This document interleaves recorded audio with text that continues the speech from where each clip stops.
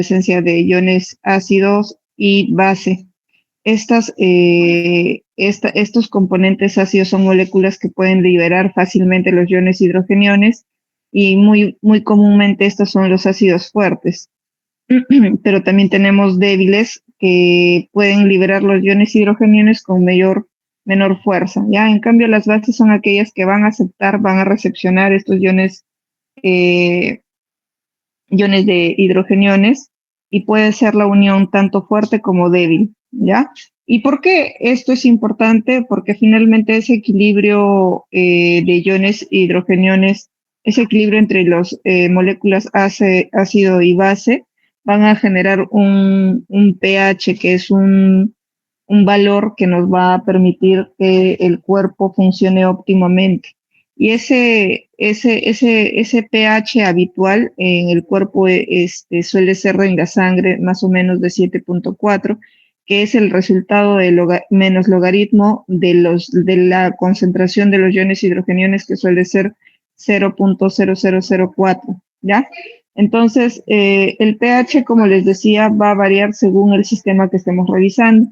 A nivel sérico, este suele ser de 7.4, a nivel venoso puede ser de 7.35, intersticial también de 7.35, en la orina, que suele ser más ácido, de 4.5 a 8, en cambio el líquido o el contenido gástrico puede ser de hasta 0.8, ¿ya? Entonces, cuando el pH está por debajo de 3, de 7.35, diremos que estamos en un estado de acidemia, y por encima de 7.45 hablaremos de un estado de alcalemia. Necesitamos que haya una adecuada equilibrio de estos componentes para el adecuado funcionamiento, y cuando existe una alteración de estas por diversas situaciones patológicas, van a haber sistemas de amortiguación a nivel intracelular y extracelular. Así también va a haber participación del sistema respiratorio con la regulación del CO2, es decir, nos va a ayudar a eliminar CO2 y de esta manera generar un equilibrio respiratorio a través de esta eliminación. Y también va a haber un componente de participación de los riñones, que son capaces de eliminar a través de la orina los ácidos o iones hidrogeniones para tratar de normalizar esta concentración.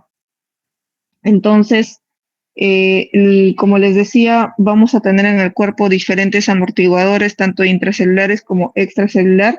A nivel extracelular, el componente más importante es el bicarbonato.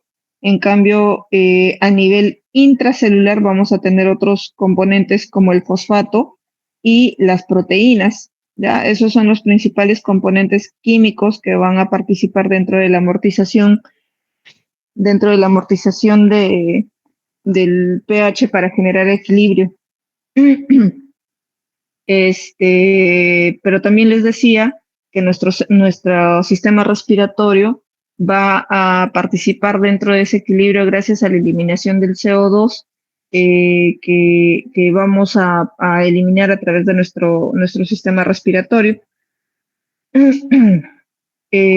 Por otro lado, los riñones son los que van a encargarse de eliminar la orina ácida o alcalina para normalizar la concentración de los iones hidrogeniones a nivel extracelular. Recuerden que a nivel de los túbulos se van a producir más o menos 80 miliequivalentes de ácidos no volátiles, producto del metabolismo de las proteínas, y estas no son excretadas por los pulmones, sino a través de los riñones.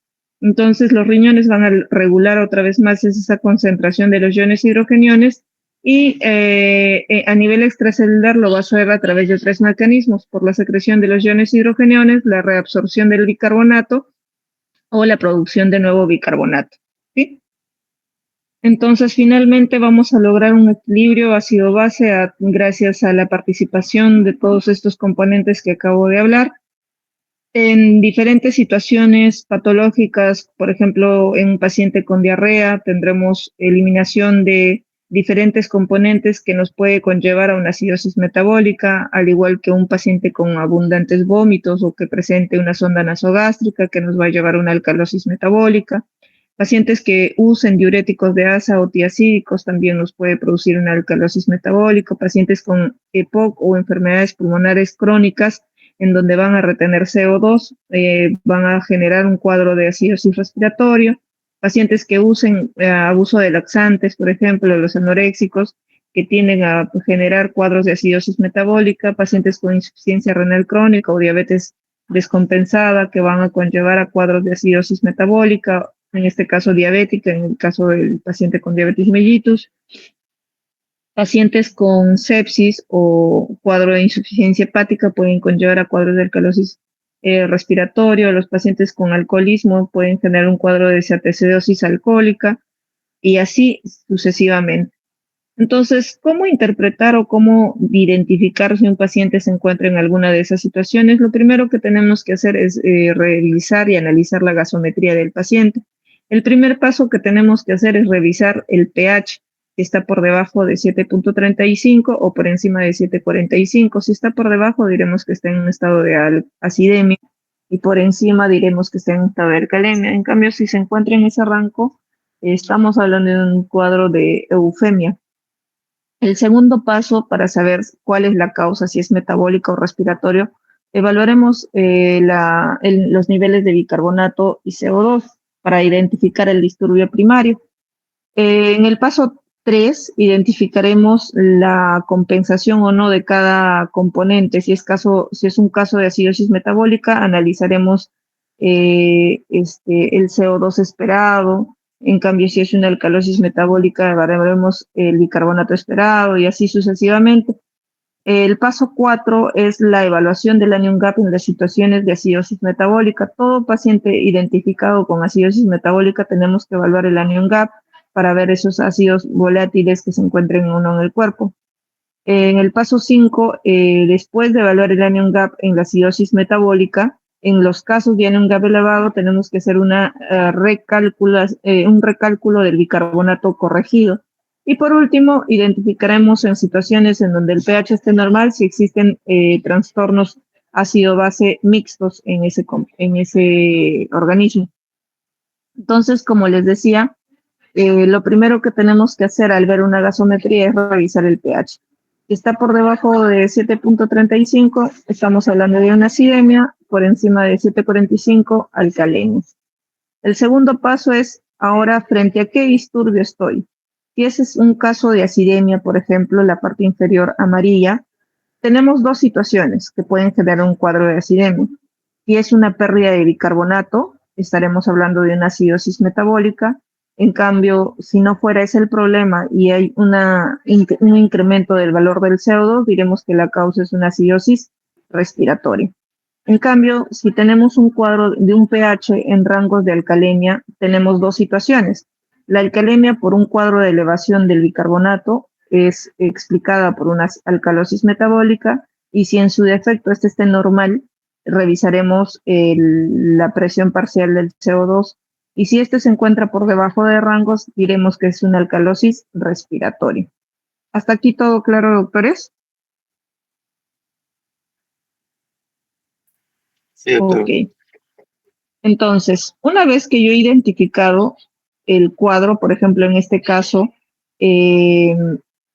estamos frente a una acidosis metabólica, he revisado mi pH, he identificado que estamos en un estado de acidemia y he encontrado que la causa de esa acidemia es una acidemia metabólica por una disminución del bicarbonato. Entonces, hay que hacer el cálculo del PCO2 esperado. ¿Cómo vamos a calcular ese PCO2 esperado? Vamos a multiplicar el bicarbonato por 1.5 y a eso le vamos a sumar 8 y a eso le vamos a sumar más menos 2 para que nos dé un rango de PCO2 esperado. Por ejemplo, en esta diapositiva vemos que el bicarbonato, perdón.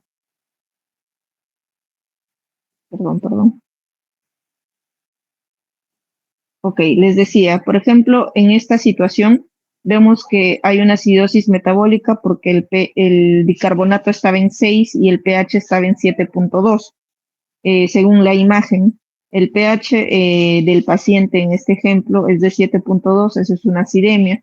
Cuando se revisa si es metabólica o respiratoria, se ve que el bicarbonato está en 6 y el PCO2 está en 13. Entonces, la explicación de esa acidemia es explicada por la pérdida del bicarbonato que está por debajo de rangos normales. Recuerden que el bicarbonato va a tener un rango normal de 22 a 26. En cambio, el CO2 de 35 a 45. Entonces, en esta situación, vamos a calcular el PCO2 esperado. Vamos a multiplicar 1.5 por 6, que es el bicarbonato real de la gasometría, y le vamos a sumar 8. Esto le vamos a sumar más menos 2 y nos va a dar un rango de 15 a 19. ¿Correcto, doctores? Entonces, en este ejemplo estamos frente a una acidosis metabólica en donde el bicarbonato real está en 6 y el CO2 esperado está entre 15 y 19. Ahora veamos si hay un segundo disturbio. Vemos que el CO2 real es 13 y se encuentra por debajo del rango que hemos calculado. Recuerden que el PCO2 esperado en este caso, en este ejemplo, es de 15 a 19 y el real del paciente es 13, es decir, que se encuentra por debajo de lo que debería esperar. Si ese PCO2 esperado está por debajo, yo hablo de que hay una alcalosis respiratoria agregada, es decir, este caso de este paciente estamos frente a una acidosis metabólica primaria con una alcalosis respiratoria agregada. ¿Sí? Doctora, mi trastorno primario no era una acidosis metabólica, mi trastorno primario era una alcalosis metabólica. Entonces ya no voy a usar la fórmula que calculé hace un momento, sino que vamos a usar otra fórmula para calcular el PCO2 esperado. La fórmula se reemplaza por 0.7 por el bicarbonato más 23 más menos 2. Hacemos la misma dinámica. En este caso, el pH del paciente estuvo por encima de 7.45. Imaginemos que está en 7.6. Y el bicarbonato en este caso estaba en 28. Recuerden que el rango normal es 26, entonces 28 es el ejemplo que nos dan en este caso. En este caso tendremos que calcular 0.7 por el bicarbonato que es 28, le vamos a sumar 23 más menos 2. Y el CO2 real, en este caso, tiene que estar dentro del rango para decir que es una alcalosis metabólica primaria pura. Pero si está por debajo, diremos que hay una alcalosis metabólica asociado a una alcalosis respiratoria. Pero si está por encima del rango calculado, diremos que hay una alcalosis metabólica asociado a una acidosis respiratoria. ¿Sí me dejo entender, doctores? Ahora, doctora, mi caso inicial, mi trastorno primario, no era una acidosis metabólica ni era una alcalosis metabólica, era una acidosis respiratoria. ¿Cómo identifico eso? Quiere decir que el pH estuvo por encima de 7.45 y en este caso lo explica la elevación del CO2. Es decir, que esa acidemia es explicada por una retención de CO2 que genera un cuadro de una acidosis respiratoria. Entonces, cuando hay un caso de una acidosis respiratoria, vamos a calcular el bicarbonato esperado. ¿Y qué fórmulas voy a usar? Si es un caso agudo, por ejemplo, pacientes que no tienen patología respiratoria crónica como EPOC, asma remodelado, EPID, entre otras, y fue por, no sé, un traumatismo en donde hay que calcular el bicarbonato esperado, entonces multiplicaremos 0.1 por la cantidad de presión parcial de CO2 que él da en la sangre. Por ejemplo, yo sé que el rango normal es de 35 a 45. Utilizaré mi punto máximo que es 45 y sumaré todo lo que he incrementado en mi gasometría. Por ejemplo, si en la gasometría el CO2 es de 55, yo digo 55 menos 45 son 10 mil equivalentes. Entonces 10 por 0.1, eso es 1. Entonces mi bicarbonato esperado se debe haber elevado en 1, es decir, mi bicarbonato normal es de 24 más 1, 25. Mi bicarbonato real debería estar en 25. Si está por debajo, diremos que está en una acidosis metabólica. Si está por encima, diremos que hay una alcalosis metabólica agregada. ¿Sí me dejó entender, doctores, hasta ahora? Sí, doctora. Sí, doctora. Ok. Doctora, en este caso no fue una alcalosis, una acidosis respiratoria, sino mi paciente tiene un cuadro de alcalosis metabólica.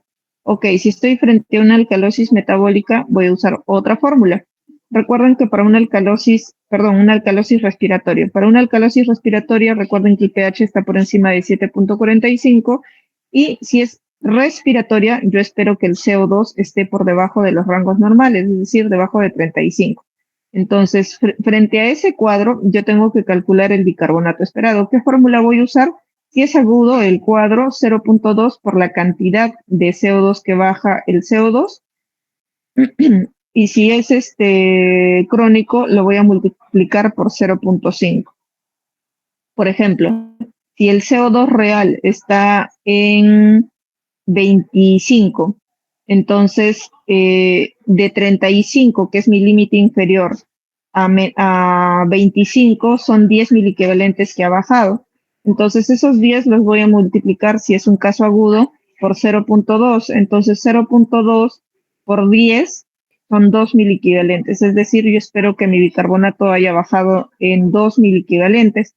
Mi valor normal del bicarbonato es de 24 más menos 2 y le voy a restar estos 2 de bicarbonato esperado que debería haber contabilizado, entonces debería estar en 22. Si veo el bicarbonato en este paciente y está por debajo de 22, yo digo que hay una acidosis metabólica. Si está por encima, diré que hay una alcalosis metabólica agregada. ¿Sí, doctores? ¿Hasta acá?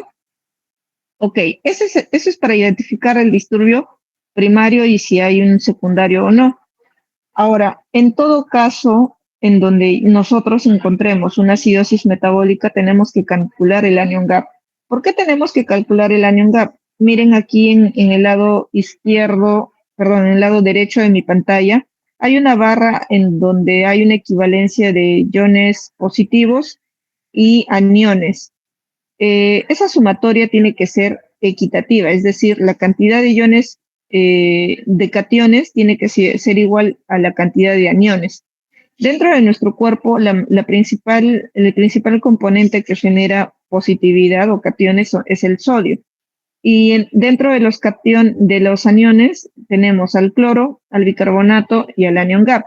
Normalmente la sumatoria de estos tres equipara o es equivalente a la cantidad de cationes que tenemos. Entonces, ¿qué pasa si mi valor de cloro baja y qué pasa con el resto? Eso sí se tiene que equiparar, que puede ser a costa del incremento del bicarbonato o que puede ser a costa del incremento de los iones del anion gap. Ahora, imaginemos que es el anion gap el que se incrementa, entonces eso es a costa de la disminución del bicarbonato o de la disminución del cloro. Entonces, de esta manera explicamos por qué es importante calcular el anion gap dentro de nuestro cuerpo, donde debería haber un equilibrio entre los cationes y los aniones. ¿Cómo calculamos esto? El anion gap se calcula normalmente el sodio menos la sumatoria del cloro con el bicarbonato. Otra vez, el sodio menos la sumatoria del cloro con el bicarbonato. Sin embargo, cuando existe alteraciones de albúmina, tenemos que hacer la corrección con la albúmina. Eso lo vamos a ver en un momento. Normalmente el rango normal del anion gap es de 8 a 12. El valor normal del bicarbonato es de 24 más menos 12, es decir, de 22 a 26 y el cloro de 96 a 106. Entonces, acá tenemos un ejemplo. Tenemos este paciente en donde el cloro es de 100, el bicarbonato es de 6 y el sodio es de 125. Si hacemos ese cálculo, vamos a ver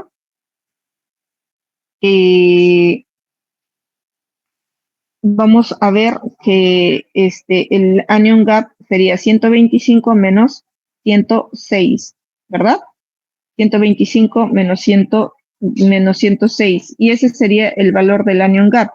Cuando existe alteraciones de la albúmina, tenemos que aplicar el uso de la albúmina en la fórmula para hacer la corrección, es decir, vamos a sumar la multiplicación de 2.5 por 4 menos la albúmina real. Eso en situaciones en donde tengamos, que por lo general no lo tenemos. Entonces, normalmente solo nos vamos a quedar como sodio menos la sumatoria de cloro con bicarbonato.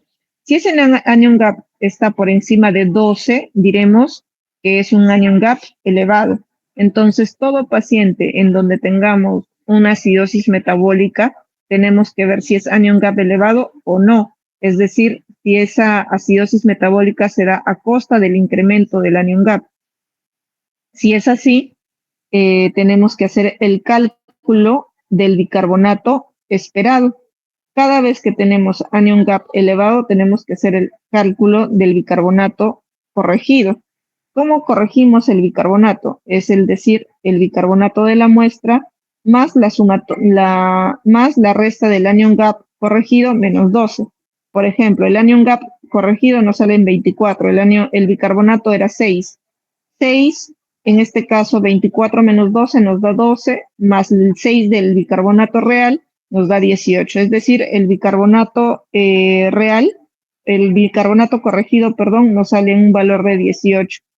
Este valor calculado está por debajo del rango habitual. Entonces, estamos frente a una situación en donde tenemos una acidosis metabólica, anion gap elevado, y el bicarbonato que hemos calculado está por debajo del rango habitual. Entonces, es una acidosis hiperclorémica, o sea, una acidosis metabólica, anion gap elevado, asociado a una acidosis metabólica hiperclorémica. Pero si está el bicarbonato calculado dentro del rango habitual, diremos que es solo una acidosis metabólica pura, anion gap elevada.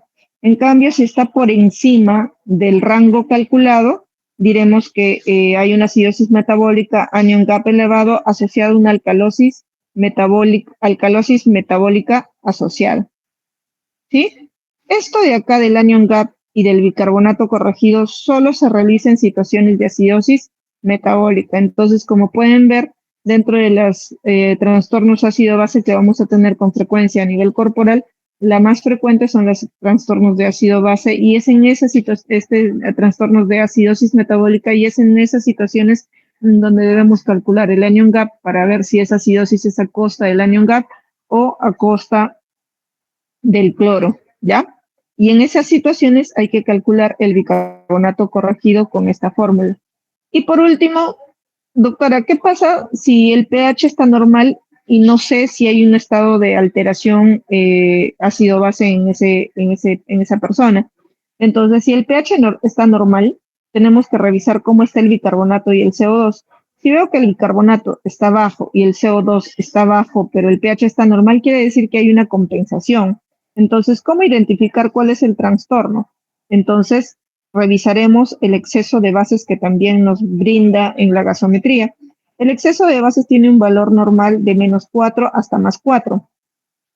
Entonces, el exceso de bases que les dice, cuando está negativo, quiere decir que hay pérdida de bases o déficit de bases. En cambio, cuando hay un exceso de bases positivo por encima de más 4, diremos que hay un exceso de bases, ¿ya?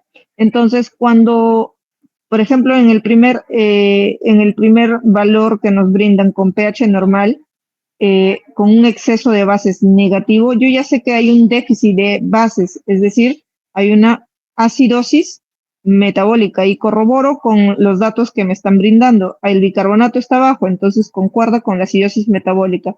Y si mi CO2 está bajo, hay una alcalosis respiratoria agregada.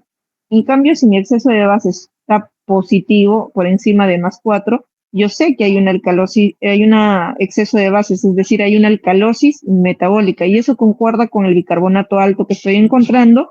Y si hay una alcalosis metabólica con CO2 elevado, yo estoy encontrando una alcalosis metabólica con una acidosis respiratoria. ¿Sí me dejo entender, chicos? Sí, doctora. Sí, doctora. Ok. ¿Alguna duda, pregunta? Hemos hecho una revisión rápida de la lectura de ácido base en una gasometría. Entonces, de todo esto, la tablita resumen es esta de acá. en donde nos va a indicar los pasos que debemos revisar en un paciente en el que quiero identificar si hay un trastorno ácido-base. Recuerden que el primer paso es la revisión del estado de acidemia con el pH. El segundo paso, identificar si ese trastorno es una acidosis metabólica, una alcalosis metabólica, y para cada una de ellas evaluaremos si, según los valores en la gasometría, cuál es la primaria, y según ella usaremos las fórmulas que hemos estado explicando. El cuarto paso y el quinto aplica solo en acidosis metabólica, en donde hay una acidosis metabólica hay que calcular el anion gap. Si este está elevado, es un anion gap elevado, y si el anion gap está elevado en una acidosis metabólica, hay que calcular el bicarbonato corregido. Y por último, el sexto paso, en situaciones en donde el pH está normal, hay que determinar si existen trastornos mixtos o no, como lo que hemos visualizado con la ayuda del exceso de base. ¿Sí? Ok, chicos. Si no hay dudas y preguntas, nos vemos en la siguiente clase de edema de pulmón en las alturas. ¿Ya? Gracias, doctora. Gracias, doctora. Cuídese. Listo, chao, chicos.